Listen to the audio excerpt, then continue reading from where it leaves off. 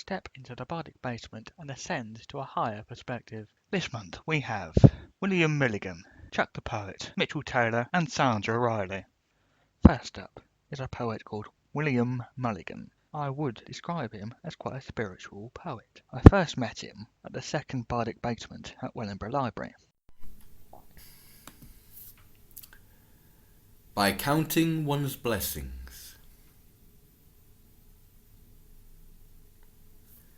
Make the change for humanity, but refrain from the brutality. What ignoramuses with half a brain would destroy each way and again. How so little do they know, so much the fool weeps, when ignorance is in tow with what a lifetime reaps. Count your blessings, not misfortune. One will make humble, the other resent. In that weary-minded exhaustion, it's depressingly easy to invite regret. We only pass here once in a while, so show some good-hearted style, before we grow ever gnarly and old.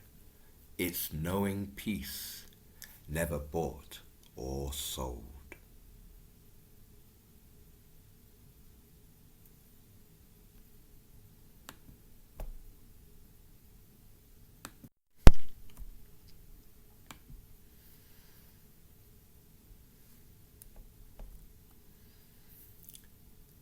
The future world.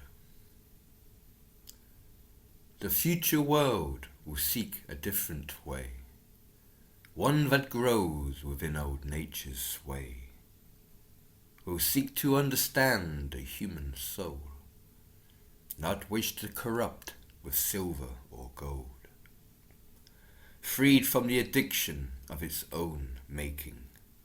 Humanity will be ready and finally forsaking that which imprisoned us within our minds, by the fear they used as fetters and binds. To look upon each other as you look upon yourself, where the bounty of life becomes the common held wealth, living within Mother Nature's law, because of what we felt and saw.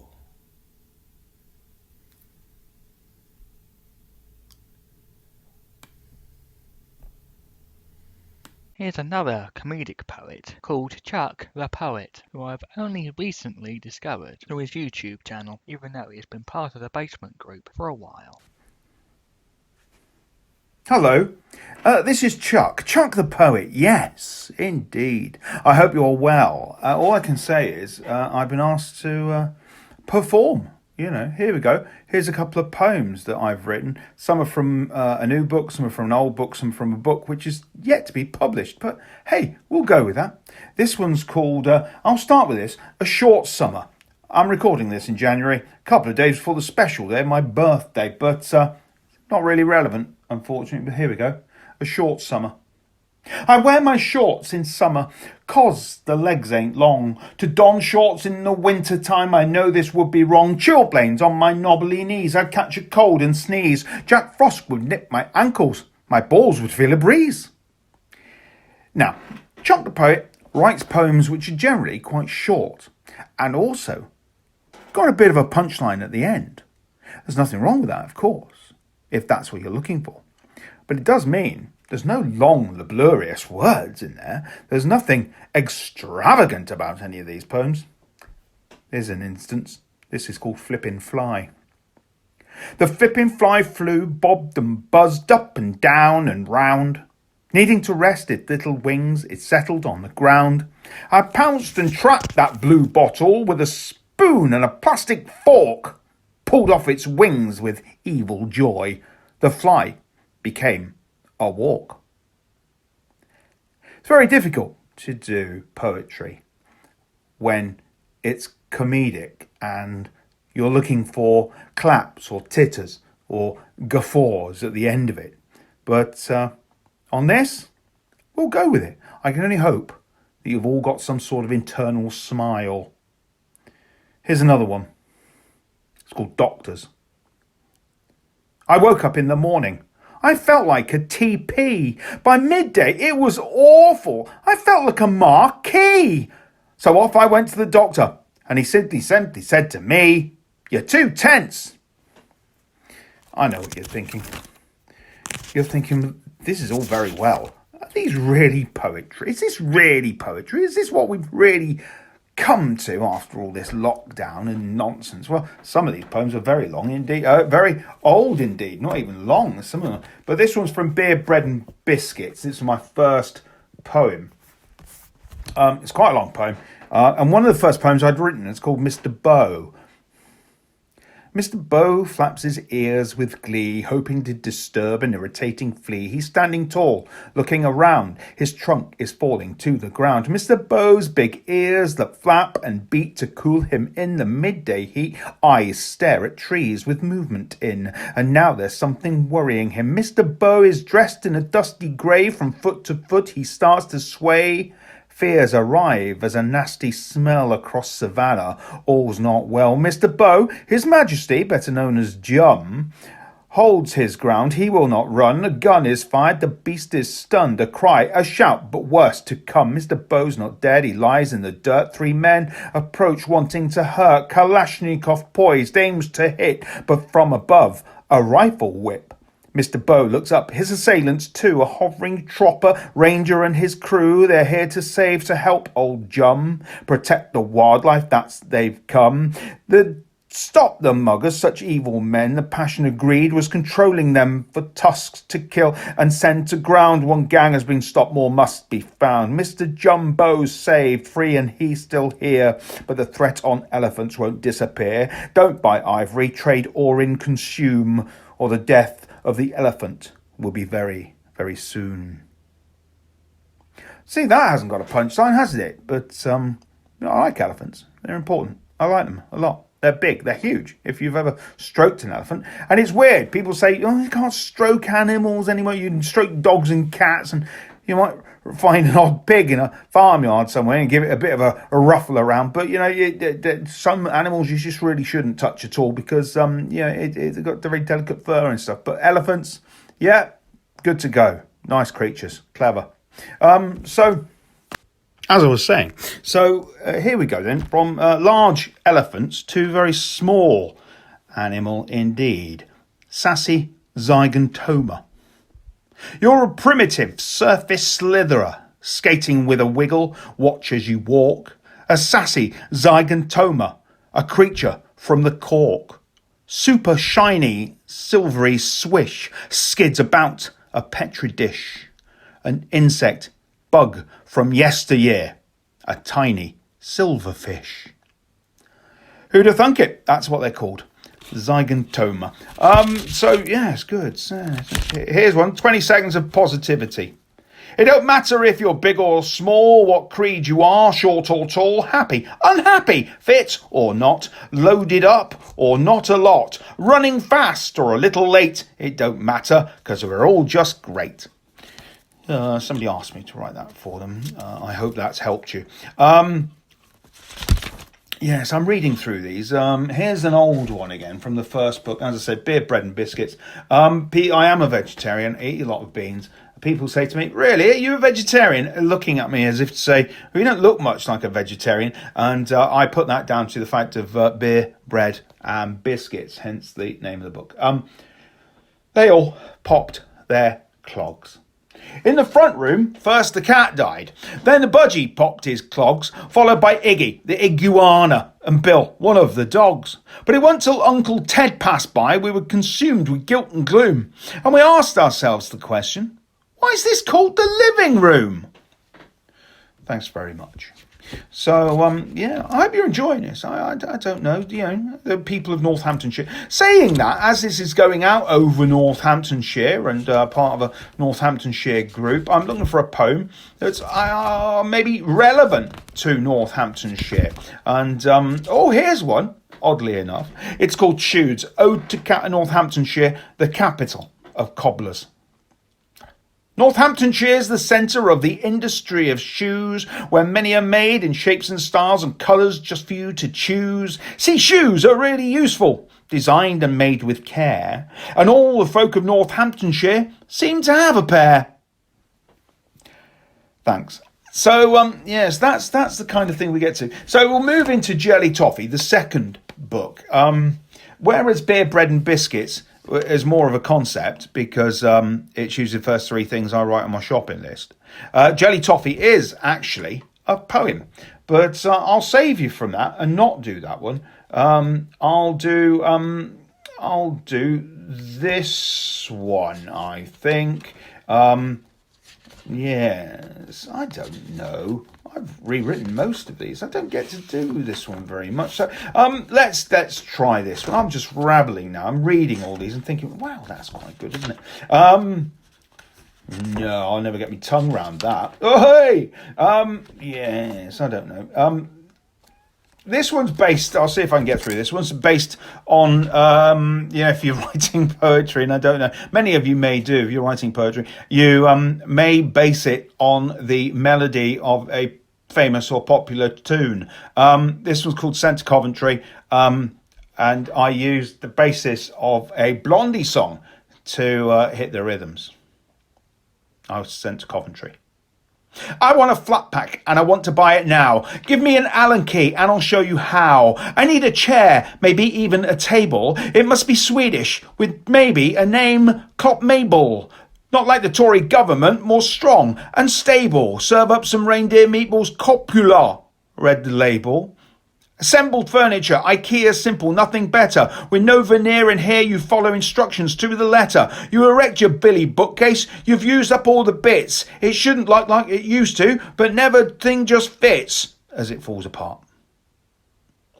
So obviously, if you're reading that out of the book, lots of tongue twists in there. You're likely to fall over at some point. But, that's what you get for reading poetry. Here's a newer one. I do like food. Written poems. Lots of poems about food. They're bizarre. This was called Pizza.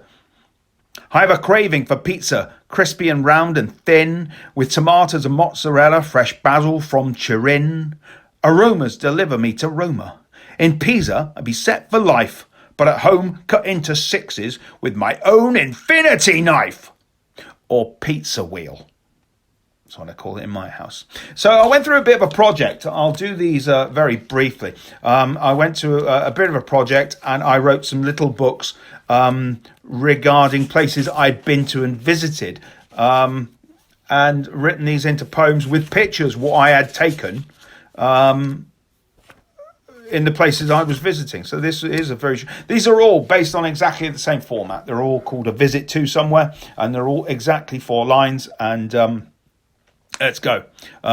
This is called A Visit to Malta. The Triton Fountain. So I'll try to start again. The Triton Fountain is most excellent. You won't find one wetter or better as you walk the fortress city, simply known as Valletta. There you go. That sums up Malta completely and utterly. Here's one. A visit to Dubai. To see the Burj Khalifa, so high it makes you think. It's also dark. Sorry, I'll do that again. A visit to Dubai. To see the Burj Khalifa, so high it makes you think. It's also hot and dry there, so you cannot get a drink. There you go. It is dry there. It is a dry country. There's no beer available. And the last one, what should we do here? Oh, some have made it. Some have made a cut, but some haven't. A visit to Sardinia, small island off Italy, of course. I wanted to see flamingos. So on a city visit to Cagliari, you see, they're lovely when they're flying, but at close they're rather scary. There you go, Sardinia in 4 lines of poetry. Anyway, I'll let you get back to what you're doing now. My name's been Chuck the Poet. The books, if you want to find them, are available from 3P Publishing. If you go to YouTube, I have a YouTube channel called simply Chuck the Poet. If you want to follow me on Facebook, you can go to the page which is generally called Chuck the Poet. And if you want to find me on Twitter, it's called Would You Believe It? And it's shocking, this Chuck the Poet. I hope that's useful to you. I hope you enjoyed that. I am Chuck the Poet. I hope that I'll be playing in a venue near you soon. Come on, Northamptonshire. All the best. Cheers. Good night. You can buy the second edition of Chuck Poet's book, a photo poetry book, by DMing him. Now here's a bit where I would tell you where to find Chuck's stuff on social media. But he's already done that, so moving on. Next up is a poet called Chandra Riley, who I first encountered at one of the later William Library Bardic Basement meetings. Here, she's performing at the Bardic Picnic, around the time that Bardic Basement was first performed, in August 2018. Good afternoon. What a lovely event this looks like being. Entertainment, food and drink, all in one place. Excellent. This is my first Bardic picnic, so in the words of Miranda Hart, bear with, bear with. So let me introduce us. We are Poems for the Journey. I am Sandra, the poet, and that is my daughter Sophie. She is in charge of social media, so Twitter, Instagram, Faceache, and also the website. This is because she is a teenager, and they have this skill set. So, today I'm going to read you 4 of my poems. One is a nostalgic look back at my youth in the 1970s. So, if like me you are some of it may ring a bell. I hope so anyway. Then I have a short poem written about how I see the austerity cuts on the average Persian. Ooh, I hear, bit edgy, bit deep. Well, I'll balance that out with my last poem, which is a humorous take on the world of A-list celebrity. So I'll start with a poem that was published earlier on this year by Two Lunks Publications. It was for their International Women's Day, where I was one of their featured poets. And it's called Raging. Raging goes I into the night, without fear, without trepidation. Each step my first or my last, every breath my last or my first. Unclear, confused, lost, but somehow found again. Near to death, but also alive. Fate and its fickle fingers decide. The moon enlarged and luminous, casting its light on my tortured soul. Peaceful go I to sleep, without regret, without recrimination. Each dream a memory of times gone by, each memory dreamt on pillows soft, safe encased in soft light's gaze. A false security offered, eyes betray the offered hand of friendship or incarceration. I try to wake my sedated mind, but the night enslaves me whole. Thank you. So I write about a variety of subjects, as you'll see from the selection of poems today. I also write for children, and I write poems for drama workshops. The next poem is a look back to my 70s childhood and a life before social media, something that would fill my daughter with dread. No Wi-Fi, no life. So if you remember Cresta Pop and Sherbet Dab, you're on the right journey. This one is called When We Was Young. As a kid, did you have a pantry? The place where your mum kept the cake? It always smelt so very good when in the oven it would bake. She'd hide it well amongst the tea bags, lemonade and Dad's old flask. If you tried to eat it early, she'd oft take you to task. The door would swing open wide and there she'd stand, hands on hips. You'd stare back with sticky fingers. Cake crumbs adorned your little lips. Her arms would wave and she'd threaten you with your father's old work belt. And as nice as that Victoria sponge was, you knew how the leather felt. You learnt to tell the time in them days, so you weren't late home for tea. Dad clocked off at 4:30 and was home by 5 from the factory. Off to get ourselves a bath. Oldest first, youngest last, pyjamas on in front of the fire, Ovaltine in tiny hands grasped. Bedtime beckons, stairs are climbed, errant little sleepy heads. Lights are dimmed, pillows plumped up, fast asleep, we're in our beds. Thank you. Thank you. So now we're going to move on to a more serious subject, that is one of social issues. It's just a short poem that asks questions about how decisions are made and how they affect the average person, you and me. And it's called The Plight of the Working Man. People reel from the decisions made in their name. Whose idea was it to put workers in the frame? So the economy is crumbling due to bureaucratic mumbling. But how is that the fault of the working man? Bankers in high places make profit warnings. The city knows that the day is dawning. Still the economy is crumbling due to bureaucratic mumbling. But how is that affecting the working man? Politicians change like the weather on a map. They like to rearrange the unsavoury chaps. Watch the economy crumbling due to bureaucratic mumbling. But what now for the working man? Thank you, thank you. So, we're nearly at the end. It's been lovely to meet you all and share my poems with you. Before I read my final poem, I just want to say that if you want to find out more about Poems for the Journey, Sophie has some flyers and information on our online presence. And she has copies of my poetry magazine for sale. So if you're interested, just make yourself known to her after we've finished and she'll sort you out.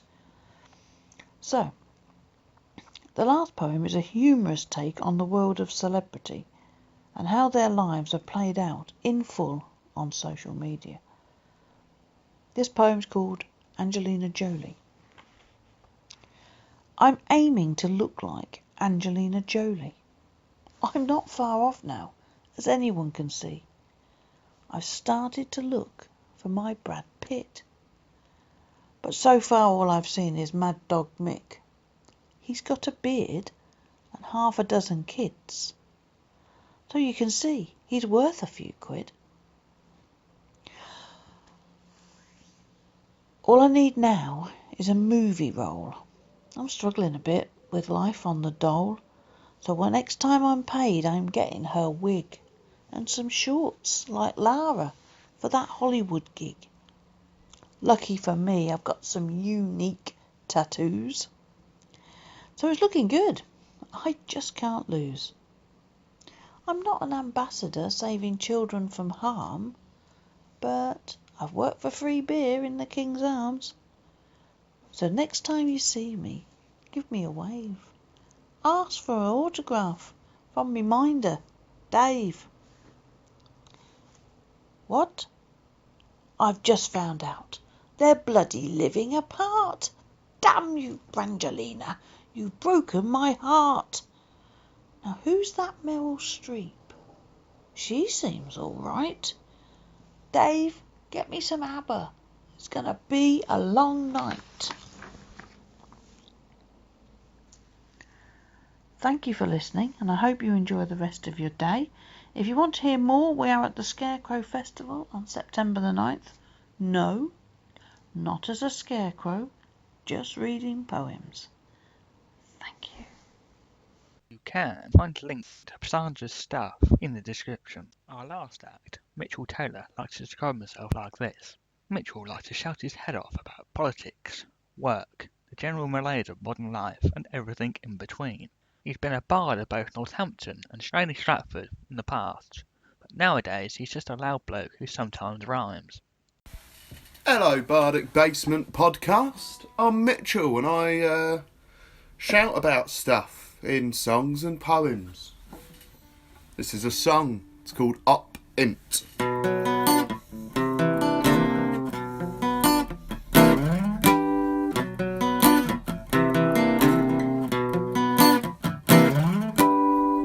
It's all open source now. Just open your eyes and you'll see something there. It's all open source now. The answers to your questions, well, they are right here. We're all curators now. It's chopped and lined up in advance. What must a glance. Are we under suspicion, or just another nameless profile? Is this just a collection, man, or something more sinister and vile? Who watches the watchmen when I'm watching myself all the time? And who are the people sat the other end of that line?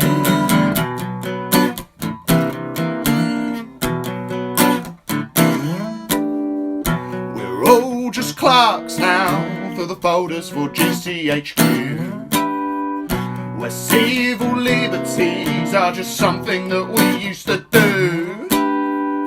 We're all just agents now, keeping close tabs upon ourselves. If you want my story now, it's become someone else's to sell. Who watches the watchmen when I'm watching myself all the time? Who are the people sat the other end of that line? Are we under suspicion, not just another nameless profile? Is this just a collection now, or something more sinister and vile?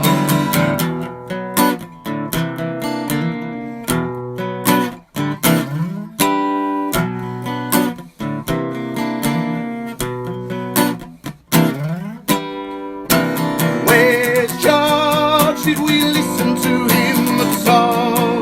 Or did we just ignore his description of the fall? Poor old Aldous did his best to warn us, and still we slipped right into his brave new worlds.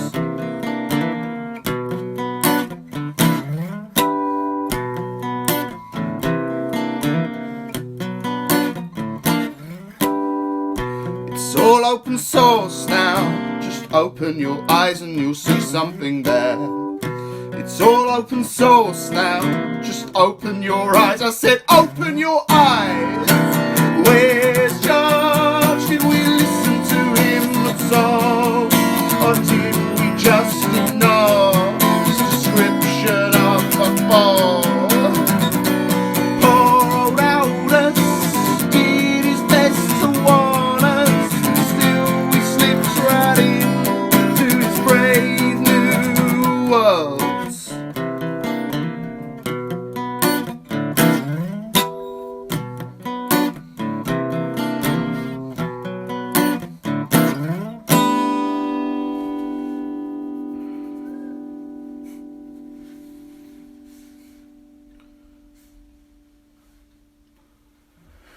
Oh, so here's another song of mine. It's called For the Benefit Of. I declare that from this time I'm doing better, but not quite fine. I'm eating again, but that's not enough. Blank on emotion, but full of love. Well, I declare I've got a grip on CBT and the lifelong trip. Course for a year, now it's in my head, along with them voices that want me dead. Well, I thought I could be something other than just chronically. Well, I thought I could be lots of things, lots of things. Well, I declare I know who I am, an aimless wanderer, still going a plan. Well, I say dumb, and face says lost, all covering up, working out the cost. And I declare I'm not the outside, only ever shouting to help me hide. It's a public face, and I wear it well. Sometimes let it slip, sometimes show the hell. Well, I thought I could be something other than just chronically. Well, I thought I could be lots of things, lots of things.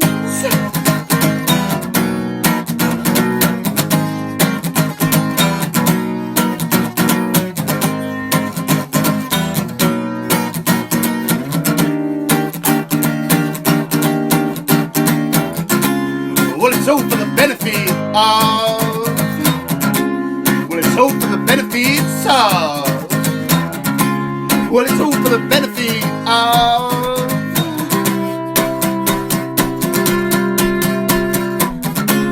Well, it's all for the benefit of. Well, it's all for the benefits of. Well, it's all for the benefit of me. I declare that from this time I'm doing better, but not quite fine. I'm eating again, but that's not enough. Blank on emotion, but full of love. Oh, man. A year of not really having gigs and stuff does a number on your hands, doesn't it? I'm gonna do some poems now. This is a poem I wrote not too long ago. It's called The Useless Shit I Now Know. They never explain the risks of minimum wage work, this grinding down of your mental faculties till you go berserk. There are years spent working with nothing much to show except for this long list in my head of useless shit I know.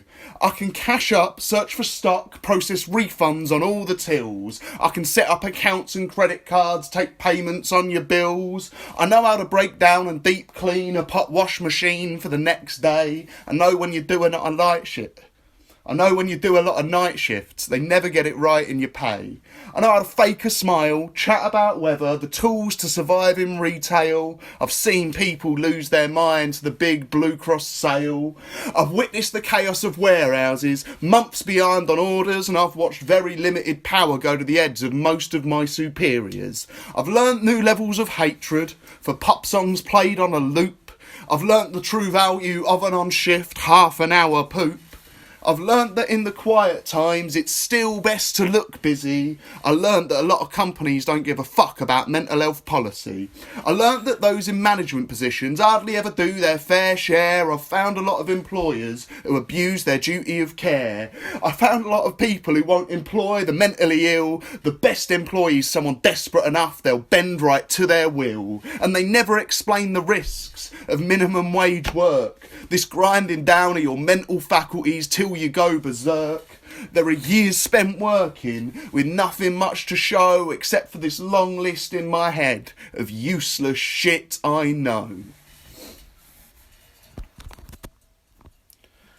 Oh.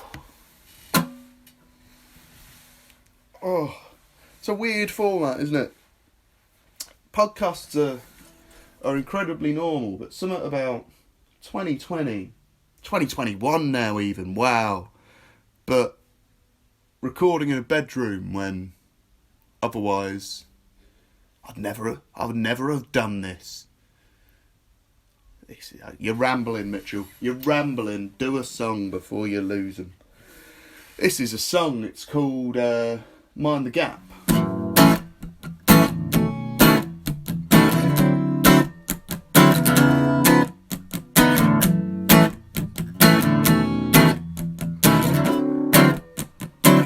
Oh, it's that time again when they say the kids will never learn.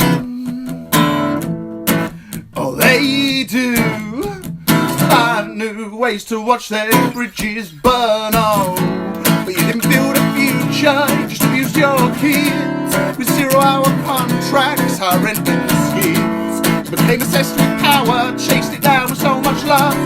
It's no surprise to anyone, there's a generation that distrust. Yes, it all runs in circles. Entropy will come unless we make a change. Yes, it all runs in circles unless we make change. But it's that time again. Forget your troops. There's no need to deploy your men. was our thoughts by politicians with little red buttons. So why stake a claim? You can just dig a grave. Take out anyone who isn't on the same page.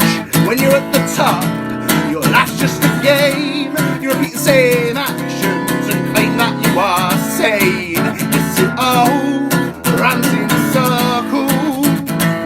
Entropy will come unless we make a change.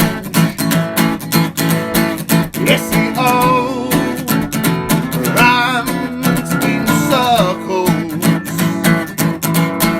unless we make a change. They tell us who to hate, list them up, instruct them up their own right hands, fill the ranks with tales of how it was others who betrayed this land. Oh, they were up the whole community, told it had died, started in the 80s, instead they bloody tried. You can't be a community, not one to stand as one. You say the battle's over, we say it's only just begun. Yes, it all runs in circles. Entropy will come unless we make a change. Yes, it all runs in circles unless we make a change.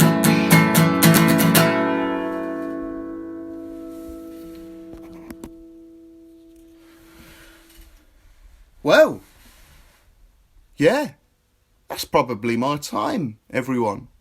Thank you very much for listening. I hope you enjoy the Bardic Basement podcast. In a bit. You can find Mitchell's band under Taylor Smith on Facebook. Thank you for listening. If you like what you hear, please subscribe and share this podcast around